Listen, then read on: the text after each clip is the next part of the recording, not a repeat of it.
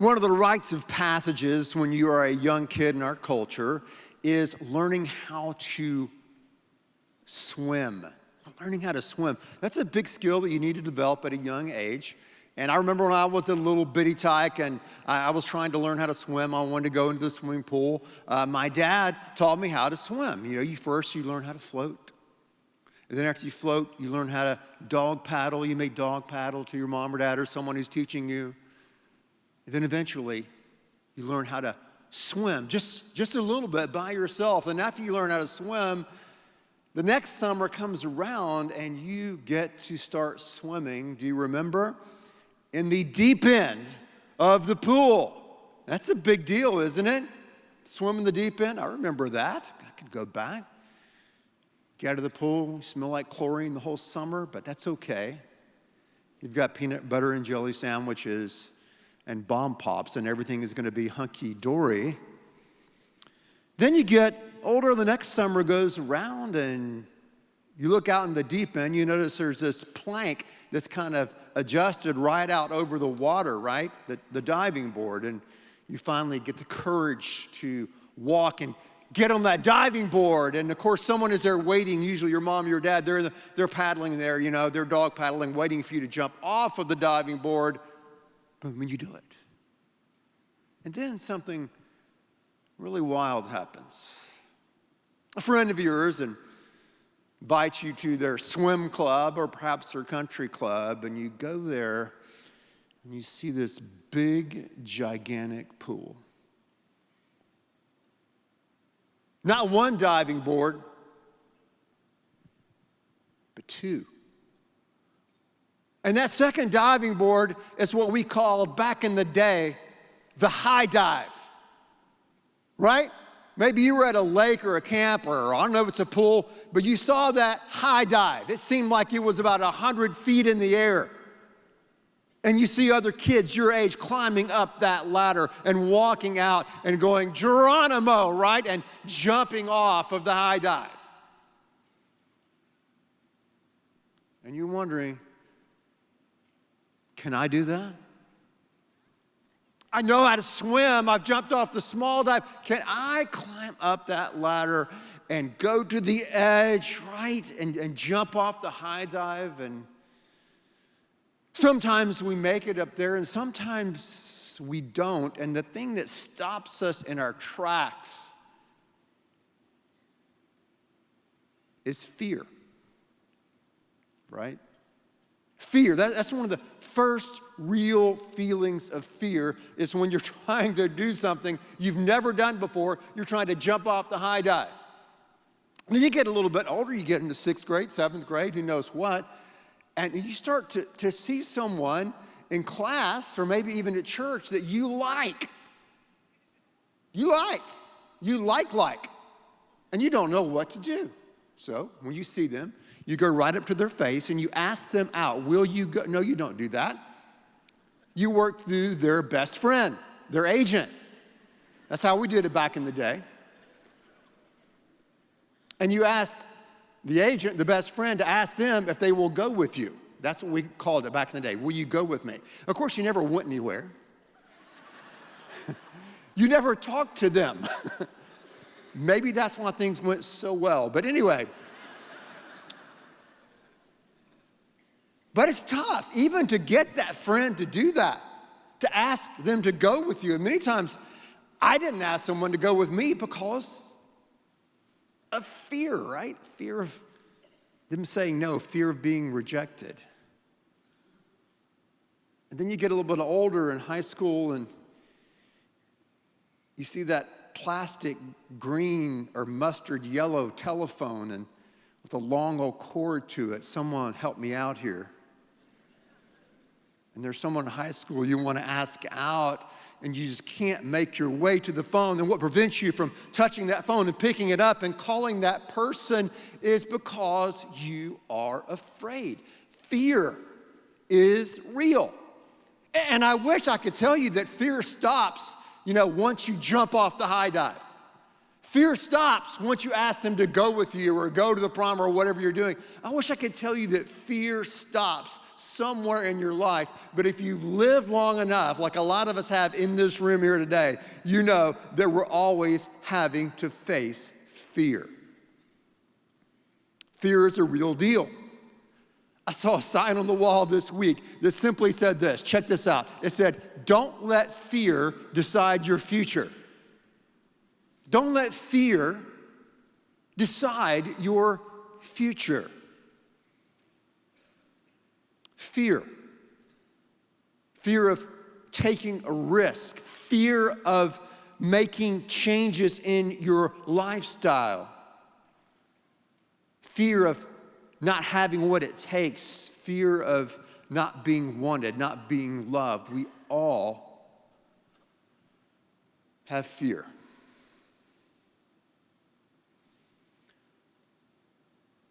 Today we're going to do something pretty simple.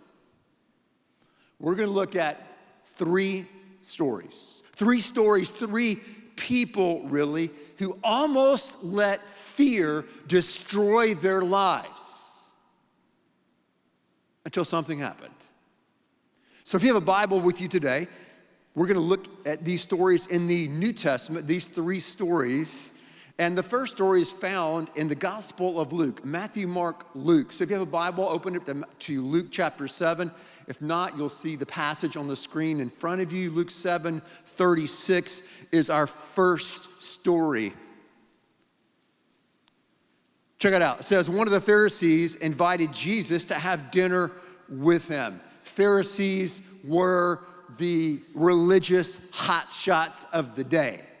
Pharisees had it all figured out. Pharisees were respected. Pharisees were feared. Pharisees were the religious right, or maybe the religious wrong of the day. But they were threatened by Jesus. They were curious. Many of them were attacking him, but this Pharisee invited him over to have dinner, a formal dinner. So they invited Jesus to have dinner with them. He went to the Pharisee's house, Jesus did, and reclined at the table. A woman in that town who lived a sinful life learned that Jesus was eating at the Pharisee's house. She heard story. Someone told her, hey, listen, this Jesus, this new radical revolutionary rabbi is having dinner at Simon the Pharisee's house in a formal dinner. And this woman, a sinful woman, as the text will tell us, a streetwalker, a person probably filled with a lot of public and private shame and guilt, someone with a heavy past, gets the news that this Jesus is in her area and is having dinner in this house. Fear? You think she struggled with fear? Fear of rejection, fear of men, fear of intimacy, fear of not being in the club, fear of being judged. You ever been afraid to go into a meeting or a certain party or gathering and someone's going to be there, a lot of people you don't know, and you know you're going to feel awkward. You don't know if you're going to be wearing the right things. You don't know what to say. Imagine that situation times about, 50. That's where this woman was in our first story. What is she going to do? What will happen next? Hold on to that. Let's look at our second story, our second person we find in the Gospel of Mark. So, go backwards a little bit in reverse to the Gospel of Mark. Mark chapter 10, verse 46. We find our second story, our second person who could have their life really just crumbled in fear. So it says, then they came to Jericho. They were really passing through Jericho. on their way to Jerusalem. These are, a few days before Jesus Christ would be betrayed and crucified. No one knows that now. They're going through Jericho. Jesus' disciples are there together with a large crowd. They were leaving the city, and a blind man, Bartimaeus, was sitting by the roadside begging. Bartimaeus, a beggar, just holding up a sign, holding out a tin cup. I need help. I need money. Because I'm blind, I can't see. Just another one of the many street people in that town that people just drive on by, ignore, and look down into their phone at the stoplight. Bartimaeus, we all know blind Bartimaeus. But Bartimaeus hears something. He hears a commotion. He hears that there's a big crowd coming near him, and he hears people calling out perhaps his name, Yeshua, Jesus. Hey, maybe this is the Yeshua I've been hearing about. And Bartimaeus, who's lived in fear his whole life, because to have a job back then, you had to have physical labor. And when you're blind, you can't do physical labor. So you're cast out into the streets to beg. So every day, Bartimaeus wondered, he lived in fear of his life. Will he be beaten up? Will he be robbed? Will he get enough money in his cup? Will his sign work so that he can make it through another day? Will he actually live? He's in a place of desperation and frozen and trapped by these very real fears. 3 stories, 3 people, but the first 2 people we see seem to be a little bit different, but they're not different. They're just like you and like me. Because we're united with them in their fear. Their fear. The woman who had a sinful past and led a sinful life, who had a heavy burden of her past and couldn't move forward in life. We've all lived a sinful life. We've all broken God's law. We all know what it's like to have the weight of the past bearing down upon us. A blind man, yes, but a blind man who's in desperation. He's in a desperate situation. We've had times in our life and seasons in our life where we felt this sense of desperation, and these fears get inside of us. And these fears start to control us. These fears that keep us up at night. These fears that prevent us from stepping out, taking that leap, taking that risk, taking that chance. Fear of a difficult conversation. Fear of changing your life. Fear of taking a stand. Fear can be demoralizing. Fear can be paralyzing.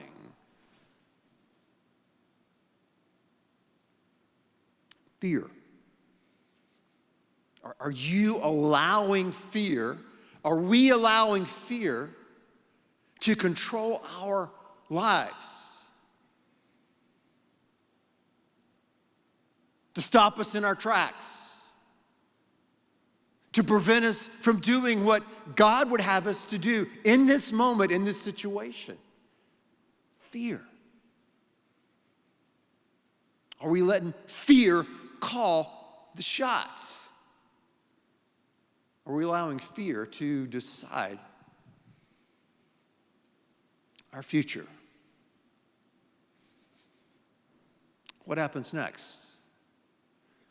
What happens next? Let's go back to our first story. We have 3 stories, 3 people here. Let's go back and see what happens to the woman in Luke chapter number 7.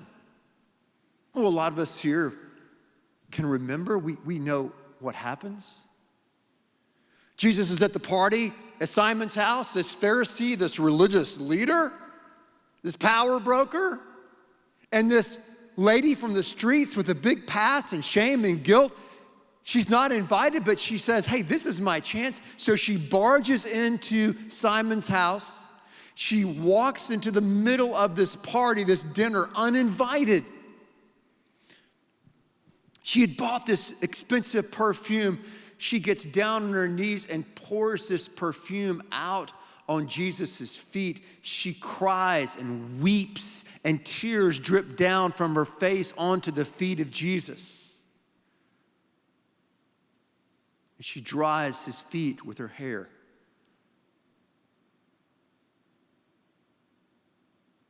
And Simon, this religious leader, says to himself,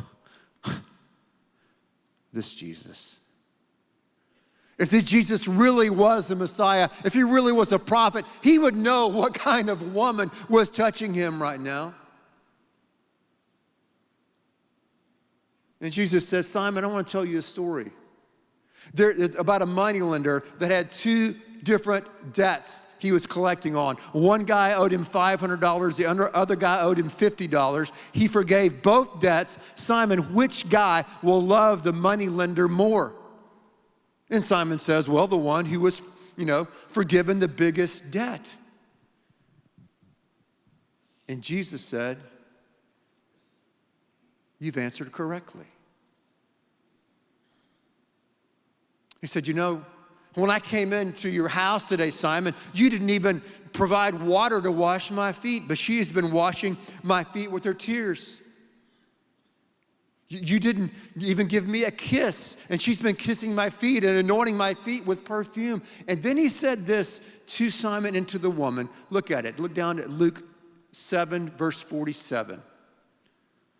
Jesus said, therefore I tell you, her many sins have been forgiven, as great as her love is shown. But whoever has been forgiven little loves little. Then Jesus said to her, your sins are forgiven. And Jesus said to the woman again, verse 50, your faith has saved you. Go in peace.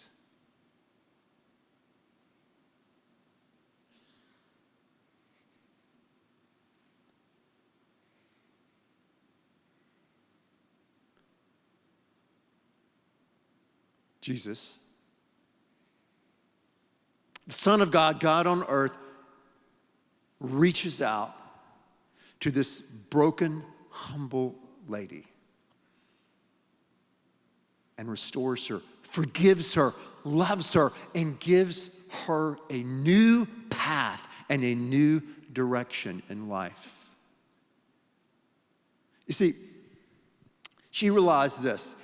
In order to have a better future, you must quit trying to have a better past. Did you get that? In order to have a better future in your life, you've got to stop trying to have a better past. Fear wants to keep you inside of your mind. Fear wants to keep you frozen. Fear wants to keep you looking over the edge of the diving board, frozen from the phone. Fear wants to keep you there. Fear hates action. Fear hates action. This lady was willing to take action. This lady was willing to barge into the party, barge into the place without an invitation, and to break social custom and to break through her fears. Action. Fear hates action. So what happened to our second story, our second person, blind beggar Bartimaeus? Look at Mark 10 again, verse 47 following. It said, when he heard The lady heard about Jesus of Nazareth, and now Bartimaeus heard it was Jesus of Nazareth. He began to shout, Jesus, Son of David, have mercy on me. And many rebuked him and told him, shh, be quiet. But Bartimaeus, he shouted all the more, Son of David, have mercy on me. And Jesus stopped and said, call him. So they called the blind man. They said, hey, cheer up, on your feet. He's calling you. So throwing his cloak aside, he jumped to his feet and he came to Jesus. And Jesus asked him, what do you want me to do for you? And the blind man said, Rabbi, I want to see. I want to see. Go, said Jesus. Your faith has healed you. And immediately he received his sight and followed Jesus along the road.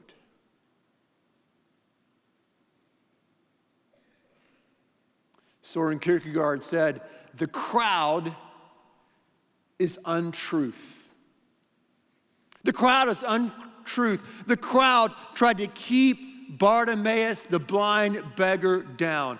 Be quiet. Shut up. Don't say a word. The crowd tried to keep the lady out with the heavy past from seeing Christ. They wanted to keep him out, but Bartimaeus said, no, this is my chance.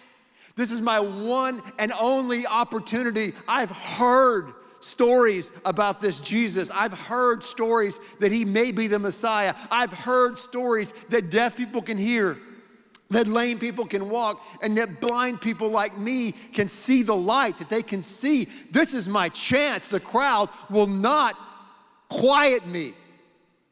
I will raise my voice. I will raise my voice louder. This is my moment.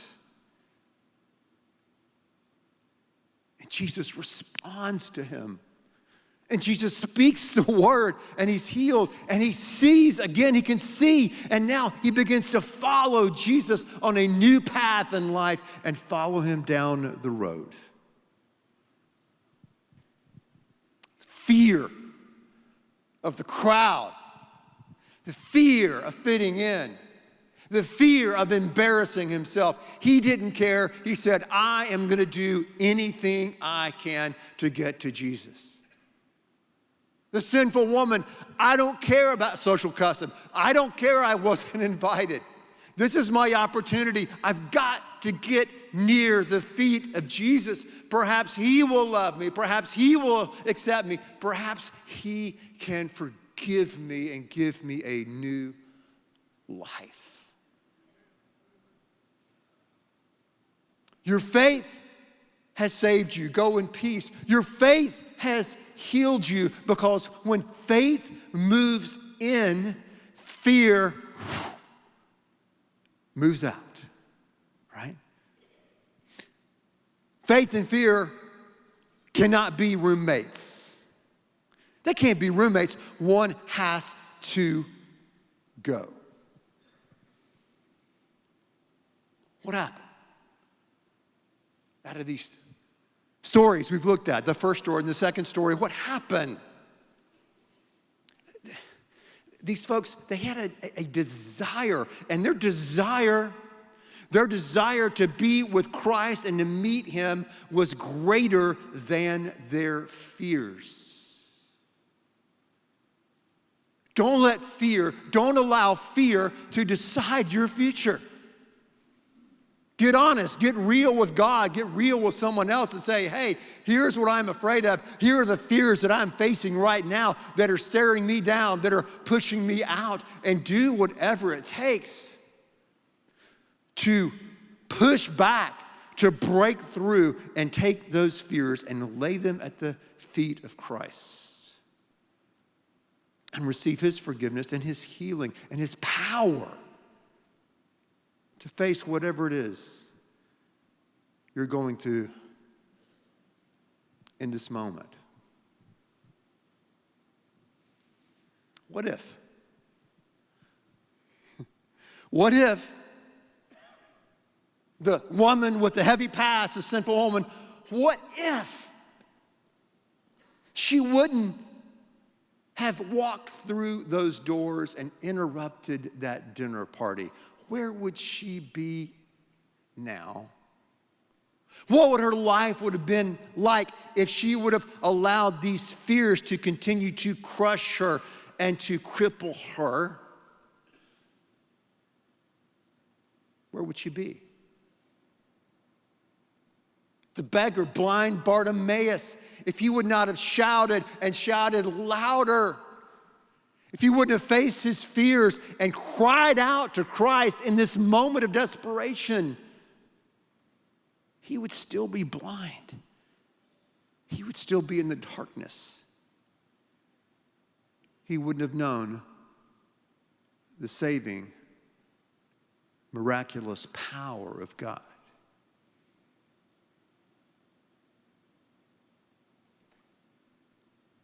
We can't allow fear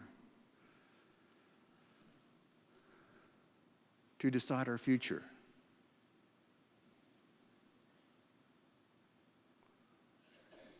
Fear is really a Proverbs 3 problem, isn't it? Proverbs 3 is my 5 and 6 is our family's verse. Trust in the Lord with all thy heart, lean not on thy own understanding. In all thy ways acknowledge him, and he shall direct your paths. Isn't this kind of a Proverbs 3 situation? Fear is always saying, hey, lean on your own understanding. Lean on these circumstances. Lean on that, right? That's what fear wants you to do. But God says, no, trust me. Give your fears to me. Trust me. Move forward. Do what I'm telling you to do. Take that leap. Take that step, because I can forgive you. I am with you, and I will be with you all the way home. Faith, don't be scared by faith. I just don't have faith. We all have faith. Faith is simply trusting.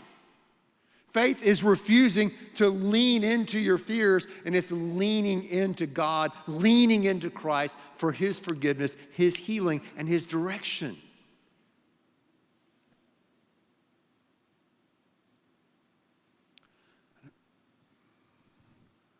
I can see some of you on the back row wondering, what is wrong with him? Has he forgotten the third story? You said there are going to be 3 stories. There are going to be 3 people who almost had their world crushed and destroyed by fear. Where's the third story? Who's the third person?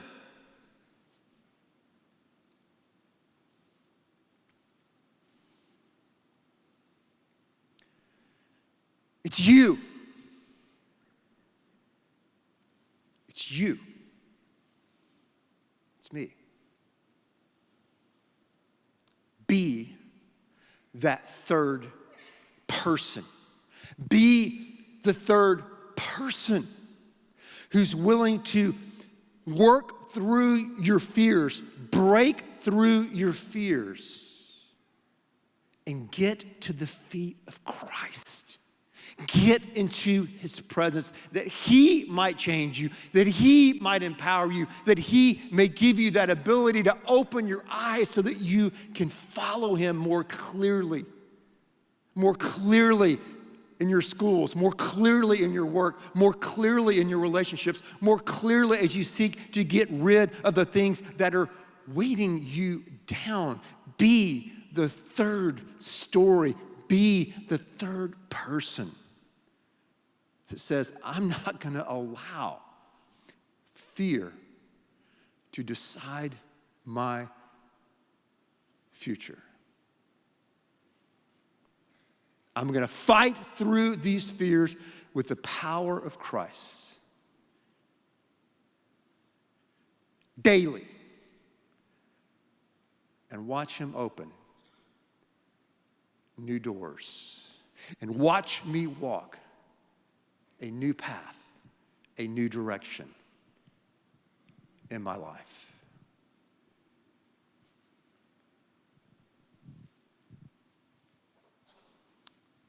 I invite you to pray with me right where you are. If you bow your heads and close your eyes for just a few more minutes here.